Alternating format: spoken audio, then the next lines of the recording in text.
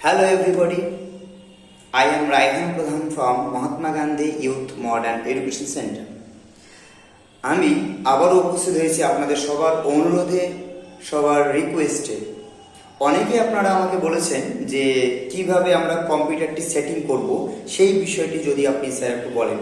তো যাই হোক, আজকে সেই বিষয় নিয়ে আপনাদের সবার সামনে উপস্থিত হয়েছি। আপনারা কাইন্ডলি একটু মনোযোগ সহকারে আমার ভিডিওটি একটু সময় দিয়ে শুনবেন। প্রথমত, একটি কম্পিউটার সেটিং করতে গেলে কয়েকটা ডিভাইসের প্রয়োজন। নাম্বার 1 ডিভাইসটা হচ্ছে আপনার একটি ইউপিএস প্রয়োজন আছে। নাম্বার 2 হচ্ছে সিপিইউ প্রয়োজন আছে। নাম্বার 3 হচ্ছে মনিটর প্রয়োজন আছে। Number 4 mouse. নাম্বার 5 হচ্ছে কিবোর্ড। এই কয়েকটি ডিভাইস যদি আপনার কাছে পরিপূর্ণভাবে থাকে তবে আপনি কিন্তু একটি কম্পিউটারকে সেটিং করতে পারবেন। তো এইবার এই ডিভাইসগুলি আপনি কিভাবে সেট করবেন। নাম্বার 1, আপনাদের একটি ইলেকট্রিক বোর্ড প্রয়োজন আছে। সেই বোর্ডে একটি সুইচ লাগবে এবং একটি সকেট লাগবে। এই সকেটের মাধ্যম দিয়ে আমরা সর্বপ্রথম কানেকশনটা নেব ইউপিএস এ।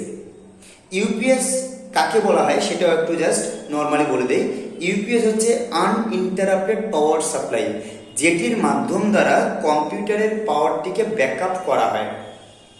হঠাৎ বিদ্যুতের কানেকশন চলে গেল বা ইলেকট্রিক কানেকশন চলে গেল, দেন সেই ইউপিএসটি আপনার কিন্তু সেই ব্যাকআপটিকে ধরে রাখবে। যে আপনি কোনো একটা ডকুমেন্ট করছেন, সেই ডকুমেন্টসটিকে পরিপূর্ণ করার জন্য আপনার কিন্তু ইউপিএসটির প্রয়োজন রয়েছে।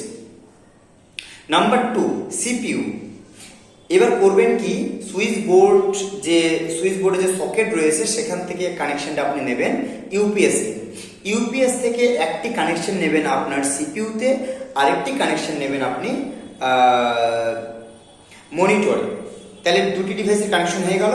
এইবার জাস্ট ফর বৈদ্যুতিক কানেকশনটি কিন্তু পেয়ে গেল, কিন্তু সিপিইউতে যা যাবতীয় ইনফরমেশন আছে সেই সমস্ত তথ্য দেখার জন্য অবশ্যই আমাদের প্রয়োজন রয়েছে সিপিইউর সঙ্গে মনিটরের সংযোগ।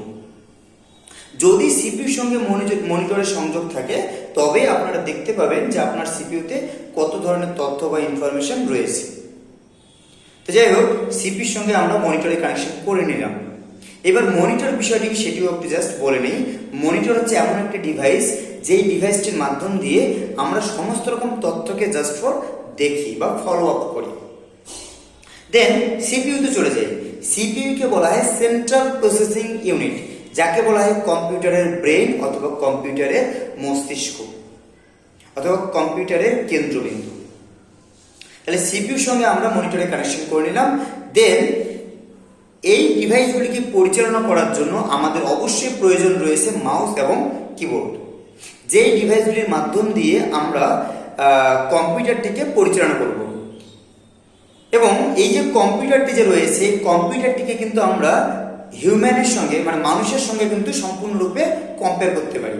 যেমন মানুষের মধ্যে একটা কন্ট্রোল পাওয়ার কাজ করে, সেমভাবে কিন্তু সিপিইউর মধ্যে একটা কন্ট্রোল ইউনিট কাজ করে।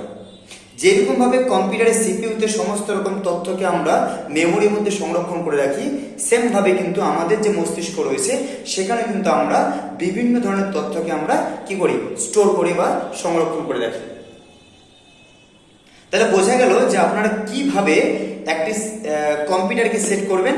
নাম্বার 1 হচ্ছে সুইচ বোর্ড, সেখানে যে সকেট রয়েছে সেখান থেকে আপনারা নেবেন ইউপিএস এর কানেকশন। ইউপিএস থেকে একটা কানেকশন নেবেন মনিটরে, আর একটা কানেকশন নেবেন সিপিইউতে। এবার সিপিইউর সঙ্গে আপনারা মনিটরের কানেকশনটিকে জুড়ে দেন। দেন এই ডিভাইসগুলিকে পরিচালনা করার জন্য আপনারা সিপিইউর মধ্যে কিবোর্ড এবং সিপিইউর মধ্যে মাউসকে কানেক্টেড করায় দেন।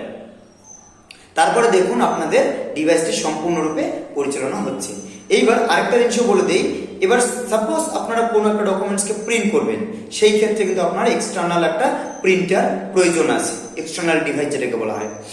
যদি মনে করেন আপনারা কোনো একটি গান বা ভিডিওস দেখবেন, সেই ক্ষেত্রে অবশ্যই সেটার সাউন্ডের প্রয়োজন আছে, সেই ক্ষেত্রে আপনারা স্পিকারের ব্যবহার করতে পারেন।